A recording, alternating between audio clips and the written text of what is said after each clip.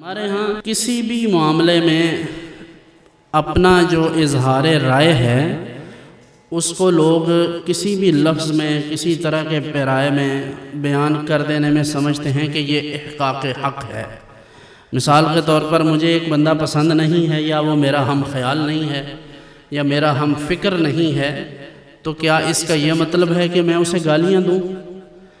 تو حدیث میں ہے، حضرت ام المومنین سیدہ عائشہ رضی اللہ تعالیٰ عنہ روایت کرتی ہیں، وہ حضور کی خدمت اقدس میں بیٹھی تھیں تو ایک صاحب نے اجازت طلب کی، حضور نے انہیں اجازت دے دی، لیکن ان کے بارے میں کوئی الفاظ فرمایا، یعنی ناپسندیدگی کا اظہار فرمایا۔ پھر وہ آئے اور حضور نے ان کے لیے بڑی کشادگی کا اظہار فرمایا، اور چہرے مبارک سے کوئی ایسا تاثر نہیں تھا ناراضگی کا، لیکن وہ صاحب جیسے ہی گئے تو حضرت ام المومنین سیدہ عائشہ رضی اللہ تعالیٰ عنہ عرض گزار ہوئیں کہ حضور جب وہ آیا تھا تو آپ اس کے بارے میں کوئی ایسی بات فرما رہے تھے کہ گویا آپ اسے ناپسند فرماتے ہیں، لیکن جب وہ آ گیا تو پھر آپ نے اس کے ساتھ بڑا اچھا رویہ رکھا۔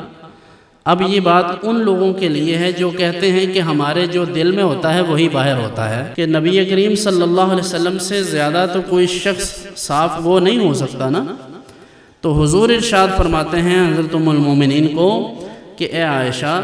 تو نے مجھے کب فحش گو پایا ہے کہ میں ایسے کلام کروں، یعنی ایسا کلام جو اخلاقیات پر مشتمل نہ ہو،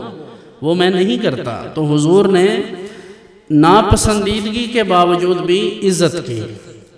تو ہمارے ہاں یہ مسئلہ ہے کہ ہم اپنی رائے کو حتمی سمجھتے ہیں، اسے ہی قرآن، اسے ہی حدیث، اور اسی پر ارتداد اور کفر اور فسق کے سارے فتوے جاری کر دیتے ہیں، حالانکہ عام لوگوں کے پاس یہ اتھارٹی ہوتی ہی نہیں کہ وہ کسی کے کفر اور بدعت کا، شرک کا یا ایسی چیزوں کا اس پر فتویٰ جاری کریں۔ تو اس لیے اگر آپ کو کوئی شخص ناپسند ہے، آپ اس سے اجتناب کر لیں، آپ اسے نہ ملیں، لیکن آپ برسر مجلس کسی کو گالی دیں گے یا کسی کے ساتھ بد کلامی کریں گے تو یہ رسول اللہ صلی اللہ علیہ وسلم کے مبارک طریق کے خلاف ہے۔ حضور علیہ الصلوۃ والتسلیم نے یہود و نصارہ کے ساتھ بھی معاہدے کیے ہیں، ان کے ساتھ بھی معاملات ہوئے ہیں، لیکن حضور علیہ الصلوۃ والتسلیم نے کبھی زبان مبارک سے کوئی سخت کلمہ ارشاد نہیں فرمایا۔ جنگ احد میں رسول اللہ صلی اللہ علیہ وسلم کا دانت مبارک شہید ہوا، چہرے مبارک پر زخم آیا، اور اس کے باوجود حضور سے عرض کیا گیا کہ حضور ان کے لیے بد دعا فرمائیں، تو حضور علیہ الصلوۃ والتسلیم نے ارشاد فرمایا انی لم ابعث لعانا، میں لعنت بھیجنے کے لیے اور بد دعاؤں کے لیے نہیں آیا، میں تو رحمت بن کے آیا ہوں۔ تو جہاں ہم حضور صلی اللہ علیہ وسلم سے محبت اور عقیدت کا اظہار کرتے ہیں، وہاں ان کی سیرت طیبہ کو کیوں نہیں اپناتے؟ تو یہ میٹھا میٹھا ہپ ہپ اور کڑوا کڑوا تھو تھو۔